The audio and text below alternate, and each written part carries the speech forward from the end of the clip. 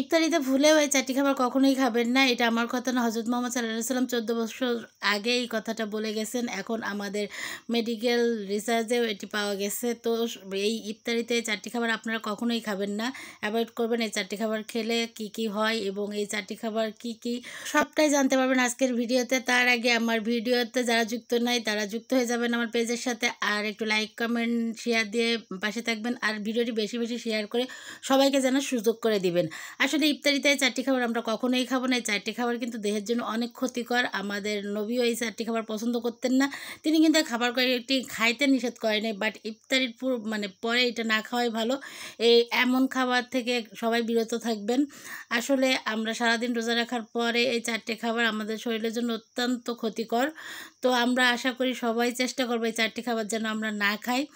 আমাদের এটা মানে আমাদের নবী সাল্লাল্লাহু আলাইহি সাল্লামের কথা, তিনি অনেক আগে থেকে এটা বলছিলেন। তো সেটার প্রমাণ কিন্তু এখন মেডিকেল টিমসও পেয়ে গেছে। মেডিকেল মানে রিসার্চেও কিন্তু গবেষণায় দেখা গেছে যে এটা আসলেই শরীরের জন্য অনেক ক্ষতি।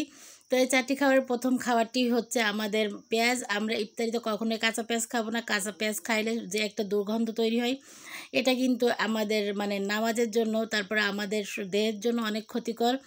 আর মানে আপনারা জানেনই তো, মুখে দুর্গন্ধ থাকলে মানে নামাজ হয় না। আর আমাদের ফেরেশতাও দূরে সরে, ফেরেশতারা কাছে আসে না। তো এই কারণে ইফতারি মানে আমরা কাঁচা পেঁয়াজ থেকে দূরে থাকবো, কাঁচা পেঁয়াজ খাবো না। পেঁয়াজে আমরা অনেকেই ব্যবহার করে থাকি এই যে সালাদের জন্য, মানে মুখরোচক হিসাবে আমরা কিন্তু ইফতারিতে ভাজা পোড়ার সাথে পেঁয়াজ খেয়ে থাকি। তো এটা আমরা অ্যাভয়েড করে চলবো।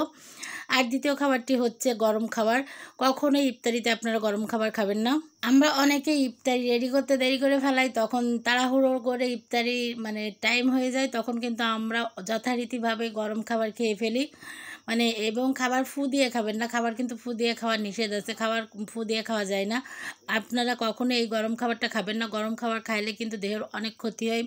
সবসময় চেষ্টা করবেন ইফতারির কিছু সময় আগে রান্নাটা সেরে রাখতে, এবং সেই রান্নাটা মানে ঠান্ডা হইলে ঠান্ডা অবস্থাতে খাবেন।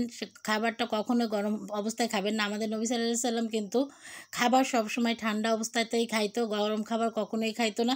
এবং তিনি কিন্তু খাবার ফু দিয়ে খাইতে নিষেধ করে গেছেন। আমাদের ৩য় নম্বর খাবারটি হচ্ছে, সেটা হলো পচা বা বাসি খাবার।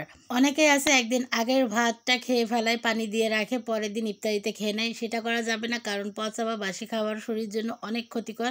আর সারাদিন রোজা থাকার পরে খালি পেটে যদি পচা বা বাসি ভাত খাওয়া হয়, সেটা কিন্তু দেহের অনেক ক্ষতি করে। তো আমরা এই খাবারগুলো অ্যাভয়েড করে চলবো।